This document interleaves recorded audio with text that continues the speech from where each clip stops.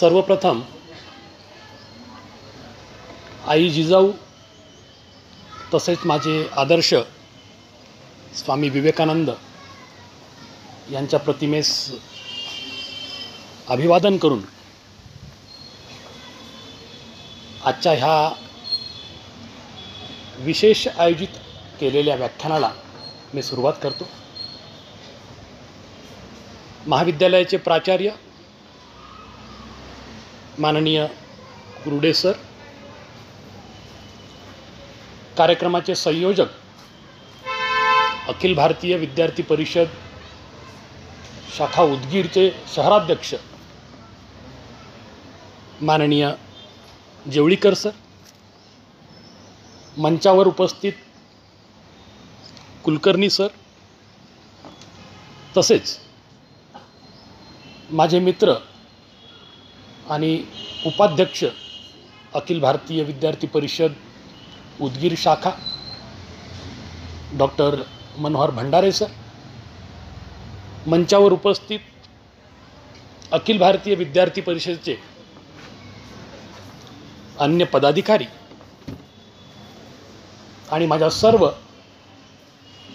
विद्यार्थी मित्रांनो, सर्वप्रथम मला अखिल भारतीय विद्यार्थी परिषद उदगीर शाखेचं अभिनंदन करावं असं वाटतं की ह्या युवा शक्तीमध्ये आपलं स्वत्व निर्माण करण्याची क्षमता आणि त्याची जागृती ह्याचं एक फार मोठं अनुष्ठान आपण सुरू केलेलं आहे। आपल्या समोर दोन प्रतिमा आहेत, त्यापैकी एक ज्यांनी शिवाजी महाराजांना घडवलं त्या आईची शक्ती, आणि त्यापैकी दुसरी म्हणजे ज्यांनी युवा शक्तीची ताकद ओळखली आणि युवकांना आवाहन केलं, आपल्यामध्ये तत्परता, तपस्विता, तेजस्वितेसारखे गुण विकसित करण्याचं आवाहन केलं आणि एक संदेश दिला की आत्मविश्वास हा भावी जीवनाचा पाया आहे। तर मित्रहो, आज मी आपल्यासमोर उच्च शिक्षणात भारतीय ज्ञान परंपरेची भूमिका हा एक अतिशय महत्त्वाचा विषय घेऊन आलेलो आहे। सर्वसाधारणतः ज्यावेळेस तुम्ही आपल्या संपूर्ण शिक्षण प्रणालीकडे पाहाल तर तुमच्या लक्षात येईल की भारताला जरी 15 ऑगस्ट 1947 रोजी स्वातंत्र्य भेटलं असलं, मी त्याला राजकीय स्वातंत्र्य हा शब्द प्रयोग करतो, परंतु आजतागायत इंग्रजांनी देऊ केलेल्या शिक्षण प्रणालीच्या व्यवस्थेतून आजतागायत आपली मुक्ती झालेली नाही असं माझं ठाम मत आहे। आणि by the end of the presentation तुमच्या ते लक्षात येईल की हे कसं। तुम्ही जर थोडंसं इतिहासाची काही पानं पलटण्याचा प्रयत्न केला तर तुम्ही 1835 ह्या ब्रिटिशकालीन व्यवस्थेमध्ये जाल, ज्या ठिकाणी तुम्हाला लॉर्ड मेकॉले हे एक फार मोठं नाव, शैक्षणिक क्षेत्रातलं फार मोठं नाव ऐकायला मिळेल। त्यांच्या अथक प्रयत्नातून पहिला म्हणजे ब्रिटिश काळातला पहिला, त्याला आपण इंडियन ॲक्ट फॉर एज्युकेशन असं म्हणू, आणि साधारणतः जर तुम्ही इंटरनेटवर सर्च जरी केलं तर मिनिट्स ऑन एज्युकेशन ह्या टायटल अंतर्गत तुम्हाला मेकॉले यांनी केलेली जी काही शिक्षणाची योजना होती, त्याला आपण तात्कालीन धोरणच म्हणू, ते तुम्हाला वाचायला मिळेल। आज माझ्या मुख्य विषयाला हात लावण्यापूर्वी तुम्हाला ही पार्श्वभूमी सांगणं खूप गरजेचं आहे। काही दिवसापूर्वी माझ्या मित्रांसोबत जेव्हा मी वॉकला गेलो होतो तेव्हा हा विषय पण चर्चेला आला होता की ज्या वेळेला महात्मा गांधी गोलमेज परिषदेला गेले तर त्यानंतर त्यांना पत्रकारांनी घेरलं आणि एक प्रश्न विचारला की जर ब्रिटिशांनी भारताला स्वातंत्र्य देऊ केलं तर भारताच्या झालेल्या पिळवणुकीला आणि जे काही नुकसान भारताचं ब्रिटिशांनी केलं तर तुम्ही ब्रिटिशांना माफ कराल का? तर तुम्हाला सांगायला मला आनंद आहे की त्यांचं जे उत्तर आहे ते खूप समर्पक आहे आणि आजच्या विषयाला फार मोठा आधार देणारं आहे. महात्मा गांधी असं म्हटले की शेकडो वर्ष जरी यांनी आमची आर्थिक पिळवणूक केलेली असली, आमची सर्व व्यवस्था मोडकळीस आणली, आमची अर्थव्यवस्था नष्ट करून टाकली, कदाचित यासाठी मी ब्रिटिशांना माफ करेल. परंतु ब्रिटिशांनी जी शिक्षण व्यवस्था मोडीत काढली भारतातली, त्या शिक्षण व्यवस्थेचा नाश करण्यासाठी कदाचित मी आणि माझ्या देशातले सर्व नागरिक ब्रिटिशांना कधीच माफ करणार नाही. नेमकं गांधींना काय म्हणायचं होतं? आताच मी उल्लेख केला, 1835 साली मेकॉलेनी जो ॲक्ट ऑन एज्युकेशन इंट्रोड्यूस केला होता, त्यांच्या मिनिट्समध्ये आणखीन 2 महत्त्वाचे मुद्दे तुम्हाला पाहायला मिळतील. त्यात त्यांनी असं म्हटलं होतं की जोपर्यंत भारतीयांमध्ये भारतीयत्वाची भावना आपण जिवंत ठेवू, कदाचित ती आपल्यासाठी भविष्यामध्ये घातक होईल. हे जे भारतीयत्व आहे ते नेमकं काय? तीच भारतीय ज्ञान परंपरा आहे. ज्या पद्धतीच्या शाळा गावोगाव त्या काळात होत्या, गुरुकुलं होती, मुघलांनी इंट्रोड्यूस केलेल्या काही अरेबियन आणि पारसी शाळा होत्या, या सगळ्यांचा बिमोड करण्याचा एक यशस्वी प्रयत्न मेकॉलिननी केला आणि आपल्यावरती युरोपियन संस्कृती, युरोपियन विचारधारा ह्या तत्कालीन व्यवस्थेनंतर लादण्यात आल्या. तुम्हाला जर पॉलिटिकल सायन्समध्ये काही विचारलं तर स्ट्रेट अवे तुम्ही प्लेटो आणि ॲरिस्टॉटलकडे जाता. अर्थशास्त्राचा जनक कुणाला म्हटलं तर ॲडम स्मिथचं नाव काढता. कुणीही भारतातल्या कौटिल्याचं नाव घेत नाही किंवा त्यांना जगप्रसिद्ध आपण केलंही नाही आणि त्यांना तो प्लॅटफॉर्म भेटला नाही. म्हणजे मला हे सांगायचं आहे की आपण जर खऱ्या अर्थानं भारताचं ओरिजिनल, भारताचं जेन्युइन, भारताचं इंडिजिनस काय होतं याचा जर कानोसा घेण्याचा प्रयत्न केला तर तुमच्या लक्षात येईल की भारतीय ज्ञान परंपरेमध्ये ज्ञान आणि प्रज्ञा ह्या 2 गोष्टींचा सुंदर संगम तुम्हाला संपूर्ण व्यवस्थेमध्ये पाहायला मिळेल. एवढंच नाही तर आणखीन काही महत्त्वाचे तत्व संपूर्ण मूळ भारतीय ज्ञान परंपरेत तुम्हाला पाहायला मिळतात. मग त्यामध्ये ज्ञानविज्ञान आहे, लौकिक आणि परावलौकिक या संदर्भातलं विवेचन आहे, कर्म आणि धर्म या दोन्हीचंही विवेचन तुम्हाला आपल्या साहित्यात किंवा आपल्या ज्ञान परंपरेत पाहायला मिळेल. आणि याच्याही पलीकडे जाऊन मानवी जीवन जगत असताना भोग आणि त्याग या संदर्भात देखील तुम्हाला मार्गदर्शन आपल्या संपूर्ण ज्ञान परंपरेत पाहायला मिळेल. म्हणजे हे सगळं करत असताना तुम्ही जर समजा वेदकालीन व्यवस्थेत गेलात तर तुमच्या लक्षात येईल की आपल्या ह्या ज्ञान परंपरेमध्ये 4 मुख्य वैचारिक प्रवाह तुम्हाला कालांतरानं पाहायला मिळतील. मग त्यामध्ये अतिप्राचीन काळात लिहिले गेलेले हे 4 वेद असतील. ऋग्वेद आहे, यजुर्वेद आहे, अथर्ववेद आहे, सामवेद आहे. तसंच 18 पुराणं आहेत. पुढे चालून अनेक उपनिषदांची निर्मिती झाली आणि त्यानंतर 2 इतिहास आपण अनुभवलेले आहेत किंवा अभ्यासलेले आहेत. कारण की इतिहास म्हटलं की ह्या वैदिक परंपरेमध्ये रामायण आणि महाभारत या दोन्हीचाही उल्लेख इतिहास असा केलेला आहे. मध्यंतरीच्या कालखंडामध्ये ह्या दोन्हीच्याही अस्तित्वावरच प्रश्न काही जणांनी निर्माण केला होता. मला कोणत्याही पॉलिटिकल आर्ग्युमेंटमध्ये किंवा या इश्यूजमध्ये जायचं नाही, परंतु ज्या वेळेला एखाद्या घटकाला तुम्ही इतिहास म्हणता, वास्तविकरित्या इतिहास पुरावे मागतो आणि ज्या वेळेस तुम्ही पुरावे सादर करता तर तुम्हाला तो इतिहास म्हणूनच मान्यही करावं लागतं. तर या ठिकाणी मित्र हो, तुमच्या लक्षात येईल की वैदिक काळापासून नंतर मग तो पुराणाचा काळ असेल, उपनिषदाचा काळ असेल आणि त्यानंतर मात्र आपल्यावरती जी परकीय आक्रमणं झाली याचाही या ठिकाणी थोडासा गोषवार घेणं मला आवश्यक वाटतं.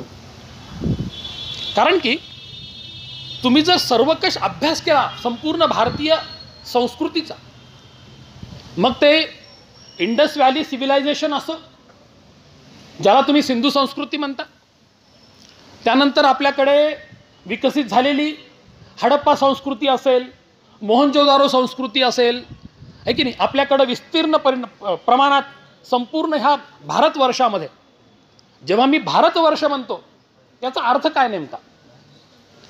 याचा अर्थ असा आहे, जर तुम्ही विष्णू पुराणचा संदर्भ घेतला तर त्या ठिकाणी भारतमची व्याख्या दिलेली आहे. भारतम म्हणजे काय? आज आपण त्याला भारतीय म्हणतो, परंतु संस्कृतमध्ये त्याला भारतम म्हणतात. भारतमची व्याख्या दिलेली आहे. तर व्याख्या अशी आहे की उत्तरेच्या बर्फाळ प्रदेशापासून म्हणजे हिमालयापासून ते थेट सिंधू समुद्रापर्यंत, म्हणजेच आजच्या इंडियन ओशन ज्याला हिंद महासागर तुम्ही म्हणता, तिथपर्यंत असणारा विस्तीर्ण प्रदेश ज्या ठिकाणी भरताचे वंशज वास्तव्य करतात, म्हणजे तुम्ही आम्ही कुणाचे वंशज आहोत? भरताचे वंशज आहोत. ह्या सर्वांना भारतीय म्हटलेलं आहे आणि ह्या विस्तीर्ण राष्ट्राला, परिसराला भारत म्हटलं गेलेलं आहे. अशा प्रकारची व्याख्या विष्णू पुराणात तुम्हाला पाहायला मिळते. तर मित्र हो, ह्या भारतवर्षावर नंतर ह्याला आर्यावर्त म्हटलं गेलं. आज त्याला आपण इंडिया दॅट इज भारत म्हणतो. जर तुम्ही राज्यघटनेमध्ये उल्लेख बघितला, इंडिया दॅट इज भारत अशा प्रकारची प्रिअम्बलमध्ये स्टेटमेंट केलेलं आहे. तर ज्यावेळेस तुम्ही ह्या भारताचा प्राचीन इतिहास अभ्यासता तर तुमच्या लक्षात येईल की आपल्यावरती अनेक आक्रांतांचे आणि परकीयांची आक्रमणं सतत होत गेलेली आहेत.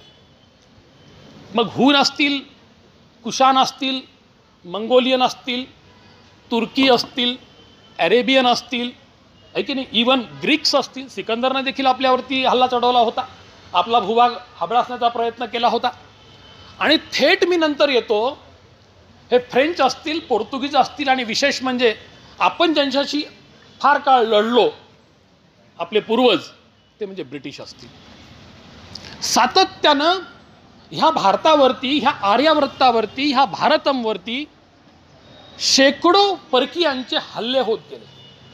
पण तुम्हाला माहिती आहे आपलं वैशिष्ट्य काय? एवढे हल्ले झाले, सांस्कृतिक दृष्टिकोनाने देखील आपल्याला नष्ट करण्याचा प्रयत्न केला, धार्मिक दृष्टिकोन नष्ट करण्याचा प्रयत्न केला, परंतु आपलं वैशिष्ट्य असं आहे की हे हस्ती मिटती नाही. कितीही आले आणि कितीही गेले तरी भारतीयांनी आपलं भारतीयत्व, जे मूळ भारतीयत्व आहे, मग ते धर्म असेल, परंपरा असेल, रूढी असतील, ज्ञान असेल, ज्ञानगंगा असेल, ह्या सगळ्या गोष्टी. नुकतंच प्रस्ताविकामध्ये सरांनी या ठिकाणी संदर्भ दिला तक्षशिला आणि नालंदाचा. तुम्हाला मला सांगायला आवडेल की आज प्रत्येक, तुम्ही तर सगळे टेक्नॉलॉजीमध्ये शिकता, कम्प्युटर सायन्समध्ये शिकता, प्रत्येक एज्युकेटेडचं एक स्वप्न असतं आज की मी एकदा तरी जीवनामध्ये अमेरिकेला जाऊन यावं, US मध्ये, युनायटेड स्टेट्स ऑफ अमेरिकेत जाऊन यावं, एकदा तरी इंग्लंडला जाऊन यावं, ही आपली अभिलाषा असते. तसं त्या काळामध्ये जगातून एशियाचं सेंटर तर होतच होतं. तक्षशिला असेल, नालंदा असेल, उज्जैनी असेल, काशी असेल, आहे की नाही, या ठिकाणी जगभरातून विचारवंत यायचे आणि त्या ठिकाणी डेसिमिनेशन ऑफ नॉलेज हे सातत्यानं होत गेलेलं आहे. तर ह्या सगळ्या गोष्टीचा आपण जेव्हा आढावा घेतो, एक गोष्ट तुमच्या लक्षात येईल की हे कुठंतरी गेल्या 7 दशकापासून आपल्या एज्युकेशन सिस्टममध्ये मिसिंग होतं. आणि म्हणून मी तुम्हाला म्हटलं की 15 ऑगस्ट 1947ला जरी आपल्याला स्वातंत्र्य भेटलं, पण स्वातंत्र्यानंतर गेली 7-8 दशकं गेली तरी देखील मेकॉलेच्या शिक्षण पद्धतीतून आपल्याला स्वातंत्र्य भेटलेलं नव्हतं.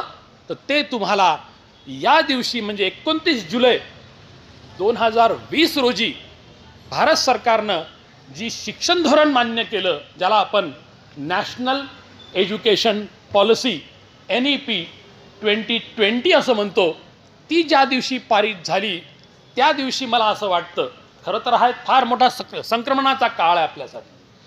कारण की ज्या गोष्टीला आपण शेकडो वर्ष बाजूला ठेवलं होतं, मुख्य धारेतून त्याला आपण आयसोलेट केलं होतं, ती गोष्ट आता पुन्हा मुख्य धारेत येणार आहे. मित्र हो, तुम्ही जर थोडंसं, तुमच्यापैकी किती जणांना NEP 2020 माहीत आहे? सर्वांनीच हा शब्द ऐकलाय, नॅशनल एज्युकेशन पॉलिसी 2020. पुढच्या वर्षीपासून आपल्या विद्यापीठाच्या परिक्षेत्रात देखील याची अंमलबजावणी होणार आहे. आणि सध्या ऑलरेडी आपण PG कोर्सेसला याचं इम्प्लिमेंटेशन सुरू केलेलं आहे. तर मित्र हो, यात जर तुम्ही पाहाल तर NEP मध्ये एक धोरण आखलेलं आहे आणि एकंदरीतच सर्व येणाऱ्या विद्यार्थ्यांचं, आता कारण की आपण औपचारिक आणि अनौपचारिक अशा 2 शिक्षण पद्धतीमध्ये जगत असतो, परंतु औपचारिक शिक्षण प्रणालीमध्ये आता इथे इंडियन नॉलेज सिस्टीम हा आपल्या अभ्यासक्रमाचा ऑफिशियल भाग असणार आहे. हा काय असणार आहे? आपल्या अभ्यासक्रमाचा ऑफिशियल भाग. आता इंडियन नॉलेज सिस्टीम किंवा इंडियन नॉलेज सिस्टीमची गरज काय, हा प्रश्न तुम्हाला कदाचित पडला असेल. तर याची प्रामुख्यानं गरज यासाठी आहे कारण की जे आपलं इंडिजिनस ओरिजिनल भारतीय होतं, ज्यात आपलं भारतीयत्व व्यक्त होतं, ते आपण पूर्ण एज्युकेशन सिस्टीममधून थोडंसं दुर्लक्षित केलं होतं. होते हे सगळे घटक, परंतु फ्रॅगमेंटेड अवस्थेमध्ये होते.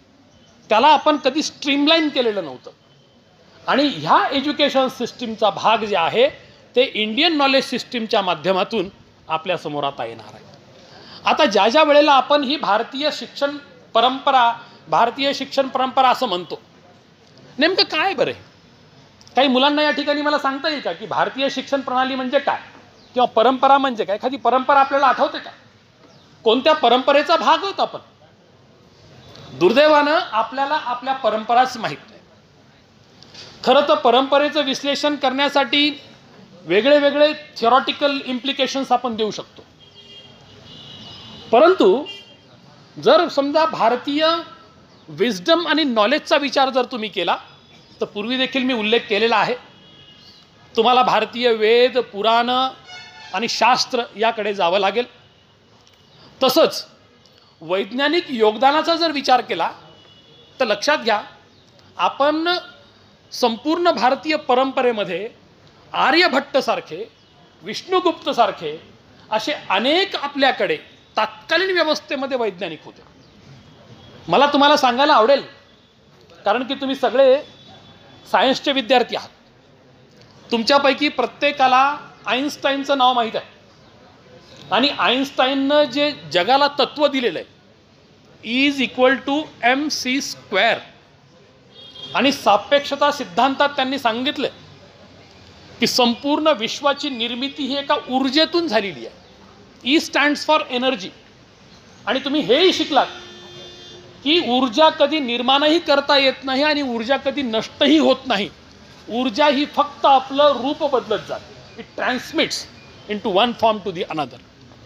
मग ह्याच तत्वाचा विचार करून तुम्ही जर समजा E=mc² ॲनालिसिस केलं, आईन्स्टाईनचा सापेक्षतावाद तुम्ही जर स्टडी करायचा प्रयत्न केला, तर तुम्हाला मला सांगायला आवडेल की या संदर्भातलं म्हणजे पदार्थ विज्ञानातलं जे काही फंडामेंटल व्हॅल्यूज आहेत हे जवळपास त्याच्या 1000 वर्षापूर्वी भारतीय ज्ञान व्यवस्थेमध्ये उपलब्ध होते.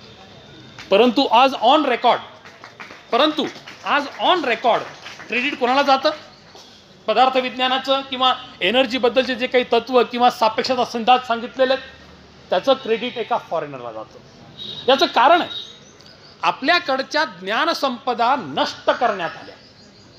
मध्यंतरी बोलत असताना मी हे म्हटलं की अनेक परकीय आक्रांत आले, त्यांनी आपल्यावरती हल्ले केले.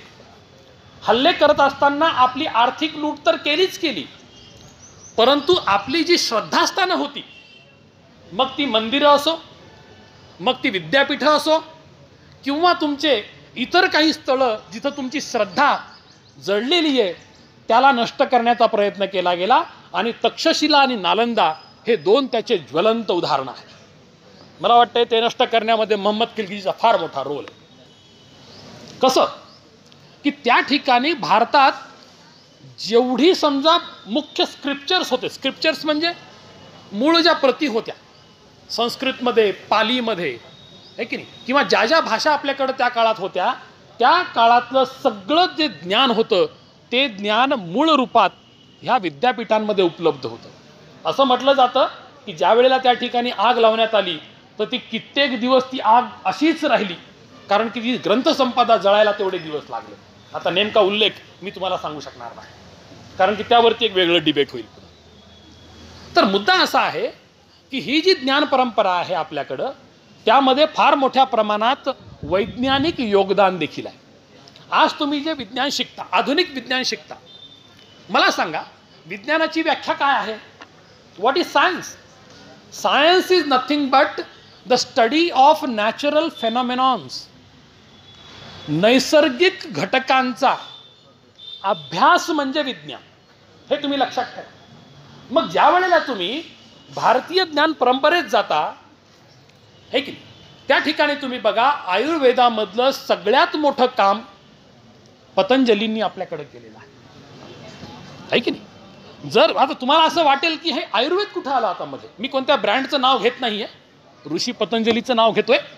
इथं मला कोणतंही ब्रँड प्रमोशन करायचं नाही, nothing to do with that, right. परंतु ज्या वेळेला तुम्ही वैज्ञानिक दृष्टिकोनाचा विचार करता, मग ते पदार्थ विज्ञान असेल, खगोलशास्त्र असेल. आपल्या पहिल्या उपग्रहाचं नाव काय, कोणी सांगू शकेल का? भारतानं सोडलेल्या पहिल्या उपग्रहाचं नाव काय आहे?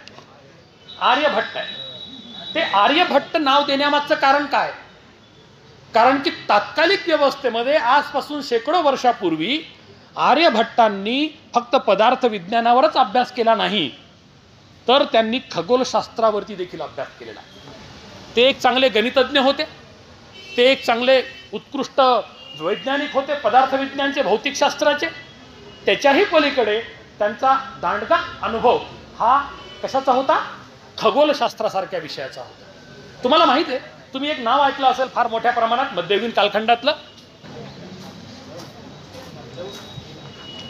तर आता मी उल्लेख करत होतो खगोलशास्त्राचा. ही जी सनसेंट्रिक थिअरी कोपर्निकसनं मांडली, कोपर्निकसला सामाजिक राजकीय त्रास सहन करावा लागला, त्याची अवहेलना झाली, त्याला चक्क देशातून बाहेर काढण्यात आलं.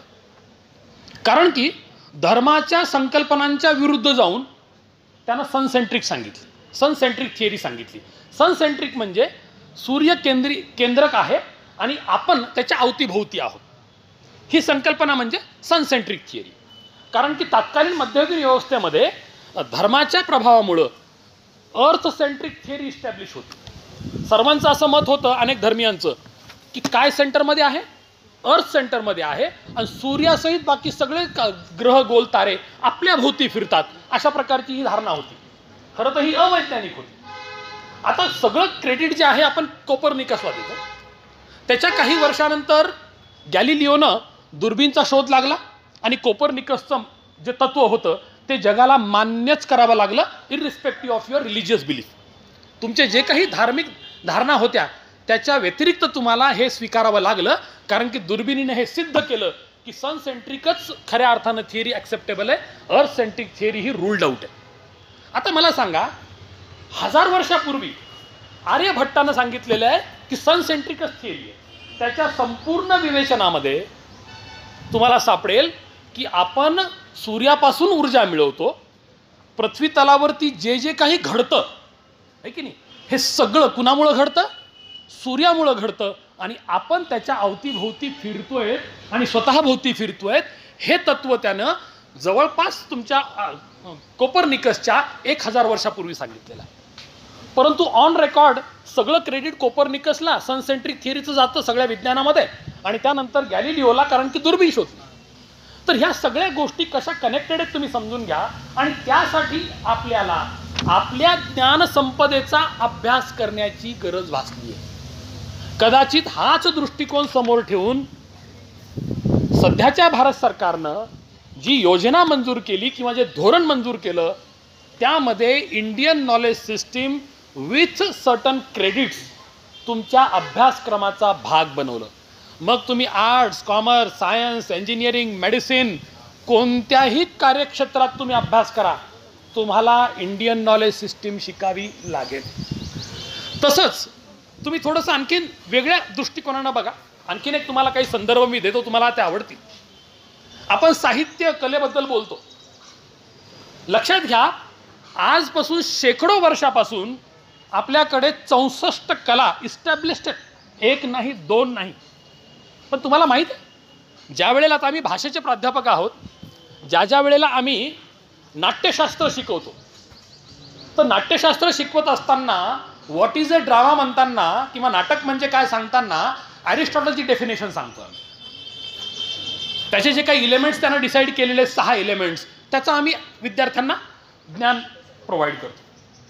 परंतु नाट्यशास्त्र हे भारतीय विचार परंपरेचा भाग आजचा किंवा 400 वर्षापूर्वीचा किंवा 2300 वर्षापूर्वीचा नाही आहे. या सगळ्या कला ज्या आपल्याकडे आहेत, 64 कला, ह्या कला इस्टॅब्लिश रूपात ऑन रेकॉर्ड ह्या सगळ्या उपलब्ध आहेत आपल्याकडं. आपल्याकडे त्याचे जे काही विद्वान आहेत किंवा ज्यांनी प्रॅक्टिस केली, त्याला आजतागायत जिवंत ठेवण्यामध्ये योगदान त्यांचं देखील. मग साहित्य असेल, कला असेल, याही ठिकाणी आपलं ज्ञान कुठंतरी आपण बाजूला ठेवलं. तर हे दुर्लक्षित झालेलं ज्ञान पुन्हा एकदा स्ट्रीमलाईन करण्याच्या दृष्टिकोनानं इंडियन नॉलेज सिस्टीम आता या संदर्भात काम करत. त्याच्याही पलीकडे बघा, तुम्ही बरेच वेळेला असा उल्लेख केला जातो की रामायण आणि महाभारत ही जगातली सर्वात प्राचीन महाकाव्य आहे. ठीक आहे, कारण की पूर्वी बोलताना मी याचा इतिहासाचा उल्लेख केला, बरोबर. द्वारका पाण्याखाली सापडली, त्याच्यावरती रिसर्च चालू आहे. ॲडम्स ब्रिज ज्याला तुम्ही म्हणता, आताही तुम्ही सॅटेलाईटचे व्ह्यूज बघा. भारत आणि श्रीलंकेदरम्यान जो पूल आहे तो आता सबमर्ज आहे, पाण्याखाली गेलेला इतक्या वर्षानंतर. तर तो तुम्हाला आजही पाहायला मिळेल. त्याच्यावरही संशोधन झालं आहे. त्यावरती एक सिनेमा आला होता अक्षय कुमारचा, तुम्ही पाहिला असेल, हो की नाही. तर हां, रामसेतू. तर मला हे म्हणायचं आहे की या सगळ्या ज्या गोष्टी आपल्याशी निगडीत आहेत, याचा आपल्याला शास्त्रशुद्ध अभ्यास करायचा. बरेच वेळेला नॉव्हेल किंवा शॉर्ट स्टोरी रायटिंगसाठी वेगळ्या वेगळ्या आपण फादर्स म्हणतो, हा फादर, तो फादर आहे की नाही, the father of short stories, the father of drama, अशा प्रकारचे उल्लेख आहेत. तर सगळे युरोपियन नाव आहेत. परंतु विष्णू शर्मा हे नाव कुणाला माहीत नाही तर बसल्यापैकी मला सांगा, आहे की नाही. आपण आपल्या लहानपणापासून ज्या कथा ऐकत आलोत, ह्या कथा कुणी प्रस्तुत केल्या सुरुवातीपासूनच? विष्णू शर्मा नावाच्या एका ऋषीने. म्हणजे त्यांनी फक्त आपलं धार्मिकच कार्य केलं नाही, तर त्यांनी लिखाणाचंही कार्य केलं. आणि कथाकथनाची जी उत्कृष्ट शैली आहे तुम्हाला त्यांच्या कथांमध्ये अनुभवायला येईल. आणि मला वाटतं बालपणापासूनच आपण रामायणाच्या कथा किंवा विष्णू शर्माच्या कथा किंवा महाभारताच्या कथा कधी ना कधी आपल्या आजीकडून, आजोबाकडून, आपल्या आईवडिलाकडून किंवा किमान त्याच्यावर जरी नाही तर TV स्क्रीनवर तरी नक्कीच आपण त्या कथा पाहिलेल्या आहेत. तर हे जोपर्यंत आपण आपला जो ज्ञानाचा वारसा, ज्ञानाची शिजोरी, जोपर्यंत आपण पुन्हा एकदा त्या पोटगीकडे जाणार नाहीत आणि त्याला एक नवीन मॉडर्न लुक देणार नाहीत, प्रॉपर सिस्टमॅटिक ऑर्गनाइज स्टडी करून, तोपर्यंत खऱ्या अर्थानं हे स्ट्रीमलाईनमध्ये येणार नाही. यानंतर मी फक्त आणखीन 3 महत्त्वाच्या मुद्द्यावरती बोलणार आहे. कारण की भारतीयत्व, भारत म्हणजे काय हे तुम्हाला मी सांगितलं, परंतु पॅरलली आपल्याला ज्ञान म्हणजे काय हे देखील कळालं पाहिजे. कारण की ह्या पेपरचं किंवा ह्या स्टडी एरियाचं नावच आहे इंडियन नॉलेज सिस्टम. आता तुम्ही सगळे कम्प्युटर सायन्सचे विद्यार्थी आहात. सिस्टम्स या ठिकाणी तुमच्यासाठी वेगळी डेफिनेशन असेल, परंतु इथं याचं ट्रान्सलेशन करत असताना सिस्टम्स म्हणजे प्रणाली किंवा एखादी विशिष्ट पद्धत असा हा शब्द इथं घेतलेला नाही. सिस्टीम या शब्दाचा या ठिकाणी अभिप्रेत अर्थ आहे परंपरा. आणि म्हणून जेव्हा मी इंडियन नॉलेज सिस्टीम या 3 शब्दांचं ट्रान्सलेशन करतो मराठीमध्ये, तर त्याचं ट्रान्सलेशन होतं भारतीय ज्ञान परंपरा. प्रणाली नाही. प्रणाली ही एक वेगळी गोष्ट आहे, कारण की प्रणाली म्हटलं तर भारतीय ज्ञान परंपरेला तडा जाईल आणि त्याचं जे मेन पल्स आहे, जे क्रक्स आहे, कोर आहे, ते कुठेतरी मिस होईल असं या ठिकाणी कदाचित आपल्या भारतीय विचारवंतांना आणि शिक्षण तज्ज्ञांना वाटलं असेल. आणि म्हणून त्यांनी या NEP 2020 उल्लेख करत असताना इंडियन नॉलेज सिस्टीम हा जरी शब्दप्रयोग इंग्रजीमध्ये त्यांनी केलेला असला तरी हिंदी व्हर्जनमध्ये भारतीय ज्ञान परंपरा अशा प्रकारचा उल्लेख केलेला आहे. आता ह्या ज्ञान खरं पाहिलं तर हा एक ॲब्स्ट्रॅक्ट शब्द आहे. Abstract in the sense, how can I count knowledge? Can I count knowledge? Can I count wisdom? Can I count brilliance? Can I count scholarship? No. ह्याला आपण काउंटच करू शकतो. मग हे संपादन तर करायचं. मग हे संपादन करायचं तर कोणत्या ज्या क्षेत्रात तुम्ही जाल त्या प्रकारचं ज्ञान तुम्हाला मिळतं. कला क्षेत्रात जाल, शास्त्रीय कला असतील, संगीत असेल, ते ज्ञान तुम्हाला मिळेल. विज्ञान क्षेत्रात जाल, ज्यात तुम्हाला एक्सपेरिमेंटल व्हॅल्यूज काढाव्या लागतात, कारण की विज्ञान काय सांगतं? विज्ञान फक्त नैसर्गिक घटकांचाच अभ्यास करत नाही, पंचमहाभूतांचाच अभ्यास करत नाही, तर विज्ञान आग्रह धरतं की give me the experimental proofs. जोपर्यंत एखादं वैज्ञानिक तत्व हे प्रयोगशाळेमध्ये व्हेरीफाय किंवा टेस्ट होत नाही तोपर्यंत त्याला वैज्ञानिक म्हटलं जात नाही. हे तुम्हालाही माहीत आहे, सर्वश्रुत आहे. आणि त्यामुळं ज्या वेळेला तुम्ही एखाद्या आधुनिक शास्त्राचा अभ्यास करता तर तुम्हाला एक्सपेरिमेंटल नॉलेजकडे जावं लागेल. ज्या वेळेला तुम्ही समाजाचा अभ्यास करता, संस्कृतीचा अभ्यास करता, त्या ठिकाणी देखील तुमची तत्त्व बदलत जातात, परंतु तुम्ही ज्ञान ग्रहण करत जातात. मग हे ज्ञान ग्रहण करणं, मग ते शास्त्रीय असो, व्यावहारिक असो, वैज्ञानिक असो, सामाजिक असो, रचनावादी असो, माहितीपूर्ण असो, कारण की इन्फॉर्मेशन टेक्नॉलॉजीचे विद्यार्थी आहेत तुम्ही. आज सगळ्यात मोठी पॉवर जर कोणती असेल, knowledge is power, information is power, आहे की नाही? जर तुम्हाला जगाला कवटाळणी द्यायची असेल तर तुमच्याकडं नॉलेज असलं पाहिजे, तुमच्याकडे इन्फॉर्मेशन असली पाहिजे. आणि ज्याच्याकडं प्रचंड इन्फॉर्मेशन आहे तोच या जगामध्ये स्वतःचं अस्तित्व निर्माण करू शकतो. मग हे शास्त्रीय ज्ञान असेल किंवा न्यायशास्त्र असेल, मग तुम्ही कोणत्याही क्षेत्रात जा, तुमच्या लक्षात येईल की ज्ञान हा शब्द इतका छोटा नाही की ज्याला तुम्ही 1-2-4 शब्दांमध्ये सम्मिलित करू शकाल किंवा वाइंड अप करू शकाल. हे इन्फायनाईट आहे. जसं कॉस्मॉस तुमच्या भाषेत इन्फायनाईट आहे, युनिव्हर्स इन्फायनाईट आहे, सागराचं पाणी कोणी काउंट करू शकत नाही, इन्फायनाईट आहे. अशा प्रकारे ज्ञान देखील इन्फायनाईट आहे. मग ते शास्त्रीय ज्ञान असो, तात्विक ज्ञान असो, इवन तुम्ही मिळवलेलं वैयक्तिक तुमच्या स्तरावरचं ज्ञान असो, धार्मिक ज्ञान असो. धार्मिक ज्ञान दैवी साक्षात्कार देतं, ते देखील काय आहे? ज्ञानच आहे. त्यामुळं ज्ञानाला संकुचित दृष्टिकोनानं न पाहता त्याकडे आपण अतिशय व्यापक दृष्टिकोनानं पाहावं, तरच आपल्याला त्याची व्याप्ती कळेल. आणि यामध्ये विचार करत असताना आपण साधारणतः बोलतो, प्रत्येकजण सांगतो वर्गात की शिक्षण किंवा ज्ञान हे 2 प्रकारचं आहे, औपचारिक आणि अनौपचारिक. जे तुम्हाला शाळा महाविद्यालयातून किंवा एज्युकेशनल ऑफिशियल इन्स्टिट्यूशन्समधून मिळतं ते औपचारिक ज्ञान. त्याच्या व्यतिरिक्त तुमच्या कुटुंबातून, तुमच्या आईवडिलांकडून, तुमच्या समाजातून, तुमच्या आप्तेष्टांकडून किंवा कोणत्याही एज्युकेशनल इन्स्टिट्यूशनमध्ये नाही, पण ह्या प्रिमायसेसच्या बाहेर जे तुम्हाला ज्ञान मिळतं ते अनौपचारिक स्वरूपात आपण धारण करत असतो, ते देखील ज्ञान आहे. तर हे सर्व आपल्या एकंदरीत पूर्ण सिस्टीमचा भाग आहे. आणि त्यानंतर तिसरा आणि महत्त्वाचा शब्द जो या टाकलेला आहे तो आहे परंपरा. सिस्टीम, प्रणाली नाही, परंपरा. परंपरा म्हणजे काय?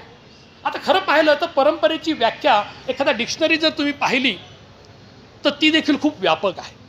आता या ठिकाणी मी तुम्हाला काही भाषा शिकवायसाठी आलो नाही, त्यामुळं त्या डिक्शनरी डेफिनेशन्समध्ये मी जाणार नाही.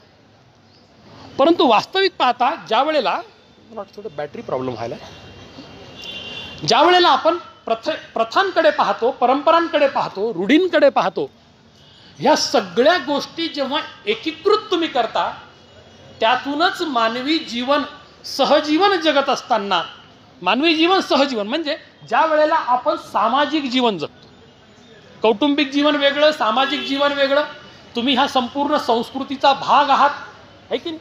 ते सांस्कृतिक जीवन वेगळं, आपण ह्या सिव्हिलायझेशनचे इंटेग्रल पार्ट आहोत. आज जगाच्या पाठीवर पहा तुम्ही, मेसोपोटामिया कल्चर कुठे आहे की इजिप्शियन कल्चर कुठं राहिलं आहे, चायनीज कल्चर कुठं आहे, आणि आपण ज्या कल्चरचा भाग आहोत हे कल्चर कुठे? तुम्ही जर बघाल तर रोमन कल्चर कालांतरानं नष्ट झालं, आज ते फक्त इतिहास जमा झालेला आहे. इंग्रजीमध्ये फार मन प्रसिद्ध आहे sir, Rome was burning and Nero the king of the region emperor he was fluting in the jungle. Rome was burning and Nero was fluting. म्हणजे काय? रोमला आग लागली होती, संपूर्ण शहर जळत होतं, विशेष करून विरोधक युद्धाच्या माध्यमातून रोमला हरवू शकत नव्हते, फार मोठं साम्राज्य होतं. पण विरोधकांनी एक शॉर्टकट फॉलो केला, शक्तीनं नाही तर युक्तीनं नष्ट करण्याचा प्रयत्न केला रोमला. आणि त्यांनी ठरवलं की रोम साम्राज्य नष्ट करायचं असेल तर रोमचा विचार नष्ट करा, आणि रोमचा विचार कुठं आहे तर लायब्ररीजमध्ये आहे. आपल्याकडे काय झालं? आपल्याकडे पण तेच झालं. नालंदा तक्षशिला नष्ट करण्याचा दृष्टिकोन फक्त खिलजीचा एकच होता की जर भारतीयांवरती आपल्याला कायमचं राज्य करायचं असेल, इथं आपलं राज्य प्रस्थापित करायचं असेल तर आधी यांचा विचार, मूळ विचार नष्ट करा, आपोआपच तिथं आपण राज्य करू शकतो. ब्रिटिशांनी पण हेच केलं. मेकॉलेच्या मिनिट्समध्ये ऑन रेकॉर्ड आहे की नाही, मी तुम्हाला ते प्रूफ सहित दाखवू शकतो की मेकॉलेनं पण हाच दृष्टिकोन समोर ठेवला की जोपर्यंत भारतीयांना भारतीयत्वापासून तुम्ही दूर करत नाहीत तोपर्यंत चिरकाळ येणाऱ्या काळामध्ये आपण भारतीयांवरती राज्य करू शकत नाही, ही त्याची मनीषा होती. म्हणजे हे कुठंतरी आपल्याला समजून घ्यावं लागेल की आपल्या प्रथा परंपरा, मी तुम्हाला असं म्हणत नाही की ज्या जुन्या वाईट प्रथा आहेत त्याला फॉलो करा. लक्षात घ्या, इंग्रजीमध्ये एक वाक्य आहे कवीचं, old order changes yielding place to new. Old order changes yielding place to new याचा अर्थ असा आहे किंवा याचं स्पष्टीकरण असं आहे की जे जे नवीन आहे ते स्वीकारा, नवीन स्वीकारताना जे जुनं बाद ठरलंय त्याला नाकारा, त्याला इतिहास जमा होऊ द्या, आणि आजचं जे नवं आहे कदाचित येणाऱ्या काळामध्ये ते पण काय होईल, जुनं होईल, आणि भविष्यात येणारं नवं त्याची जागा घेईल. यालाच परिवर्तन म्हणतात. आणि जोपर्यंत तुम्ही ह्या परिवर्तनाचा भाग होत नाहीत तोपर्यंत तुमच्यामध्ये विकासाचं जे काही धोरण तुम्ही घेऊन आलात त्याला तुम्हाला यशस्वी करता येत नाही.